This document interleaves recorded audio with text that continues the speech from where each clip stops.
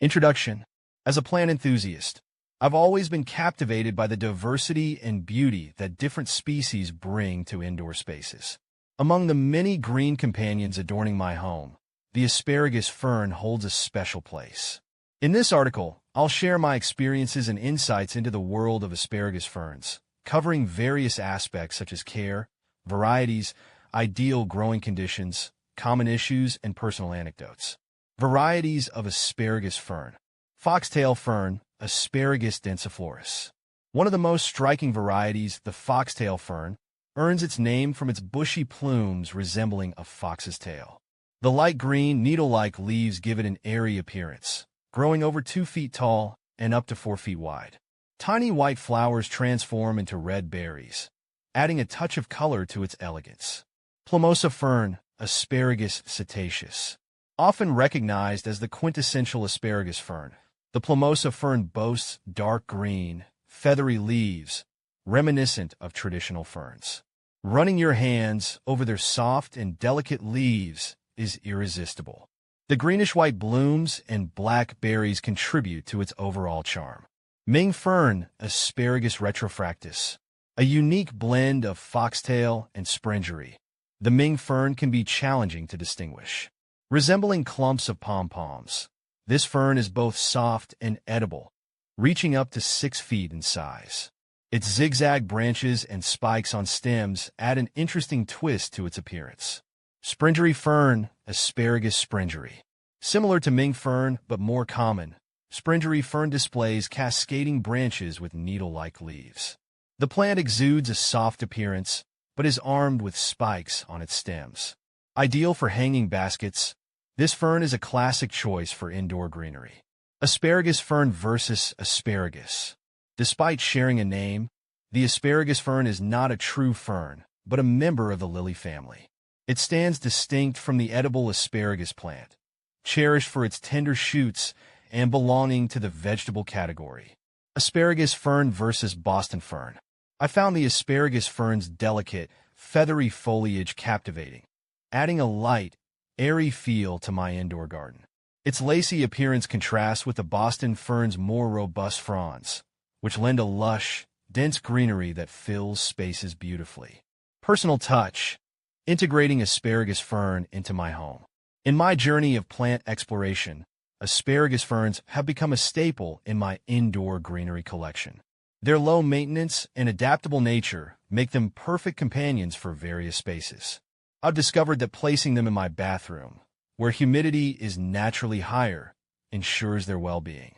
Some even dangle in my shower, combining functionality with aesthetics and keeping them out of reach of my curious cats due to their toxic nature. How to care for asparagus fern. Soil. The key to asparagus fern success lies in fast-draining soil. Achieve this by mixing potting soil with perlite or creating a loamy mix with clay, sand, and silt. Can asparagus fern take full sun? Absolutely. My asparagus fern, Fernando, very creative I know, surprised me with how much sun it can handle. I originally had him in a shady corner, and while he did okay, he seemed a bit leggy and stretched out. Then I read they tolerated sun, so I gave him a spot with morning sun and afternoon shade. He perked right up. Now, during the cooler months, I give him a few hours of direct sun, and he's grown bushier and fuller. The leaves aren't quite as green as they were in the shade, but the trade-off for a healthier, denser plant is worth it in my opinion. Just be sure to keep an eye on yours and adjust the sunlight if the tips start to brown. Humidity. Maintaining high humidity is crucial. Placing the fern in the bathroom, using a humidifier, misting, or placing it near other plants contributes to optimal humidity levels. How often to water asparagus fern? Ugh. Figuring out how often to water Fernando, my asparagus fern, is a constant battle. He seems to go from drama queen to crispy critter in the blink of an eye. I've definitely underwatered him before, and let me tell you, there's nothing fun about a limp fern with dry, dusty leaves.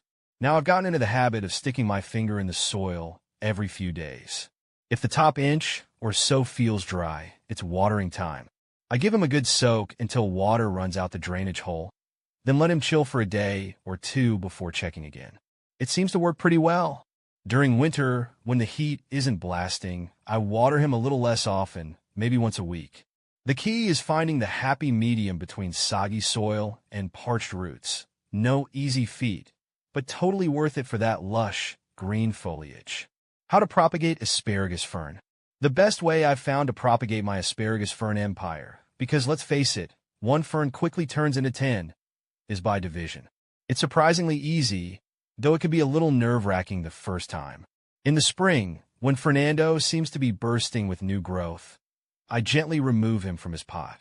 Then, I take a sharp knife and carefully cut through the root ball into a few sections, making sure each section has a healthy chunk of roots and stems. I repot each section in a pot slightly smaller than the original one, with fresh, well-draining potting mix. The trickiest part is keeping the new ferns evenly moist but not soggy. A little humidity helps too, so I might cover them loosely with plastic for a few days. It's exciting to watch the new ferns establish themselves. It's like having a whole new batch of little Fernandos. This method is so much easier than fiddling with seeds, and it lets you share the joy or curse, depending on your perspective, of asparagus ferns with your friends. Why is my asparagus fern turning yellow? Oh no, yellowing fronds on Fernando.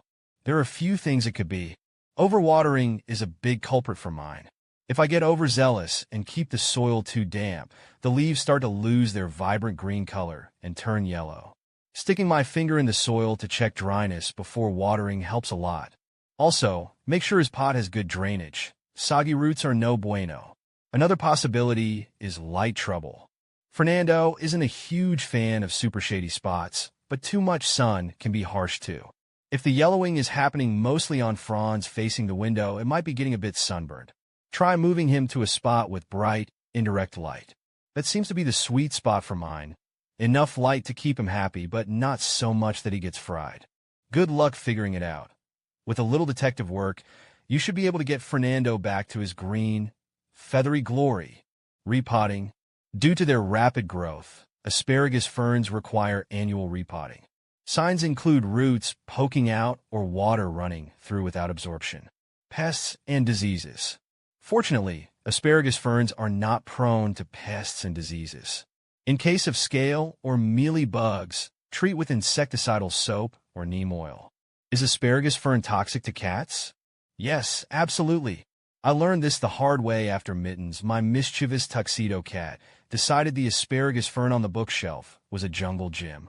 He started chomping on the feathery leaves, and within a few hours, he was throwing up and had this awful, grumbling tummy. Needless to say, the fern is now hanging way out of reach, and Mittens has a healthy respect for houseplants. Or at least, that particular one. It was a scary experience, but at least now I know to keep toxic plants out of my cat's reach. How to make asparagus fern bushy. The secret weapon in my asparagus fern bushmaking arsenal is pinching. Fernando, bless his feathery heart, can get a bit leggy if I let him grow unchecked. But a little pinching does wonders. I simply snip off the new growth tips, using sharp pruners or even just my thumb and forefinger. This signals to the plant to put out new shoots lower down, making the whole fern fuller and bushier. It might seem counterintuitive to cut off healthy growth, but trust me, it works.